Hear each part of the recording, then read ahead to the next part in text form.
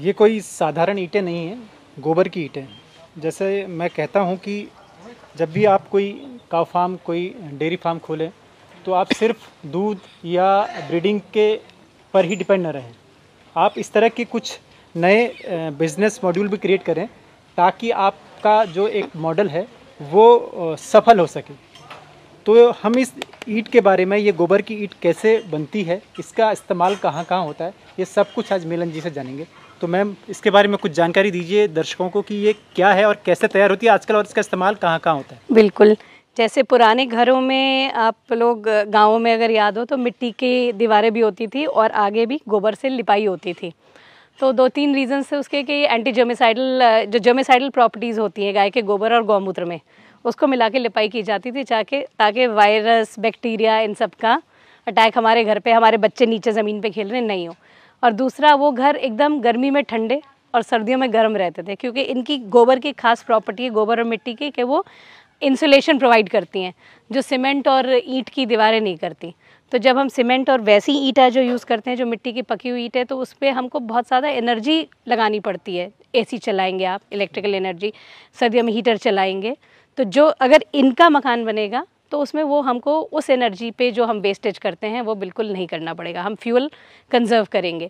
और पहले सभी को पता था, सबके घर ही से बनते थे, पर हम लोग सब इस चीज़ को भूल चुके थे। मैं भी उसमें से एक हूँ जिनको इसका बिल्कुल भूल चुके थे।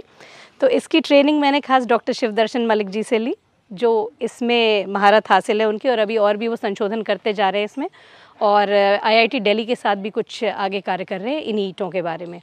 तो इसमें 80% गोबर का इस्तेमाल होता है। सबसे बड़ी चीज़ यह है कि 80% गोबर का इस्तेमाल है। तो कोई भी अगर डेयरी फार्म या पशुपालन में आता है और देसी गाय पाल रहे हैं, तो उनके लिए एक आय का बहुत अच्छा ज़रिया बन जाते हैं, क्योंकि इसके लोग अब फ़ायदे जानने लग गए हैं। और जैसे मैंने पहले भी और एक आध बार बताया कि आप लोगों के माध्यम से बहुत सारे लोग और अच्छी चीज़ें इसके बारे में जानते हैं। 80% गोबर, कुछ और जो इसमें चीज़ें मिलाई जाती हैं, चूना है और कुछ किसी तरह की जो है, तो उस पर भी डॉक्टर मलिक अभी भी और संशोधन करते जा रहे हैं। तो हर बार और बेटर और अच्छा और इम्प्रूव प्रोडक्ट आ रहा है। धूप बत्ती और दिया भी एक चीज़ है जिससे कि लोग, एक अच्छा आय का ज़रिया है वो भी, और शुद्धि तो करते हैं वो हमारे घर की। जो देखता हूँ फ्लावर पॉट भी बनते हैं। फ्लावर पॉट भी बनते हैं, गमले, बिल्कुल आप सीधे उसी में पौधा लगाइए, और अगर आप चाहते हो उसे ट्रांसप्लांट करिए तो आप सीधे किसी उसी गमले को मिट्टी में आप ट्रांसप्लांट कर सकते हैं। तो क्या इनकी ड्यूरेबिलिटी है? इनकी ड्यूरेबिलिटी है, मैं इनकी जो लैब टेस्ट रिपोर्ट है वो भी है मेरे पास। अच्छा। और जैसे ये जो हैं, ये हम धीरे धीरे ट्रायल भी, वो भी थोड़ा एक आध बार हमने ख़राब भी की शुरुआत में, क्योंकि हम केवल ट्रायल पे थे, तो हमने भट्टे वाले से ही किसी से हमने एक इसके लिए सांचा भी मांग लिया। अच्छा, जो उन्होंने हाँ बहुत खुशी से हमें दे भी दिया कि आप ले लीजिए। अच्छा, नीचे संगमरमर है और दाएं बाएं जो है ये लकड़ी है।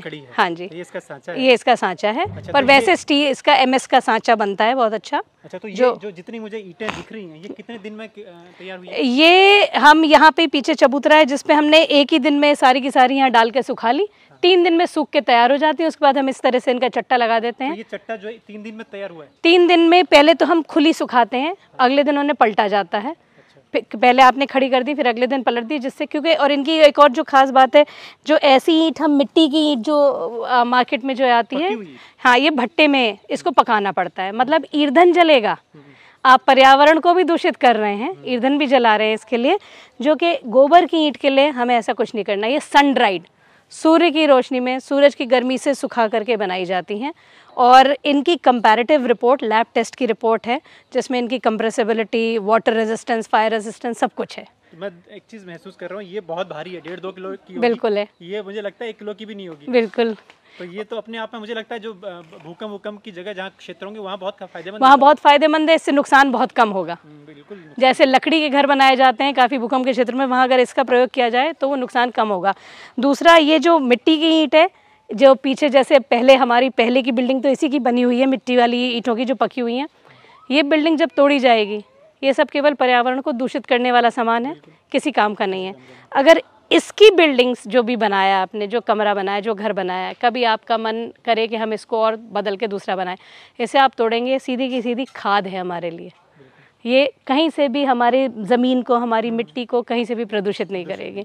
तो बहुत फ़ायदेमंद है और पशुपालकों के लिए बहुत अच्छा एक आय का ज़रिया बनेगा आगे। तो क्या आपने कभी कहीं कहीं पर इस्तेमाल की है इन ईंटों को? और इससे बने हुए मकान और जगह हैं जो मैंने देखे हैं। रोहतक में भी देखा है, एक बीकानेर में देखा है, और एक बिल्कुल पश्चिम बंगाल में एक बड़ी गौशाला है जहाँ पे उन्होंने इसके करीब 15-20 कमरे बना लिए हैं अरे वाह। और बहुत अच्छे बने हुए हैं। वैसे भी कहते हैं कि ना 100-150 साल पुराना जब से सीमेंट का इतिहास रहा है, तो इंसान में जो बीमारियां हैं उस घर में रहने के बाद, जो वहाँ से रेज़ निकलती हैं, जो भी उस माहौल में बैठने से जो आपके अंदर विकार होते हैं, वो सीमेंट से ज़्यादा बड़े हैं। बिल्कुल बड़े हैं, क्योंकि हम इस चीज़ को भूल गए हैं। ये भी आपने बिल्कुल सही कहा। ये भी इनकी एक विशेषता है। गोबर से लिपे हुए मकान या गोबर की ईंटों से बने हुए मकान, अब इसके साथ इनको जोड़ने के लिए हम कंक्रीट का भी इस्तेमाल कर सकते हैं और गौक्रीट का भी।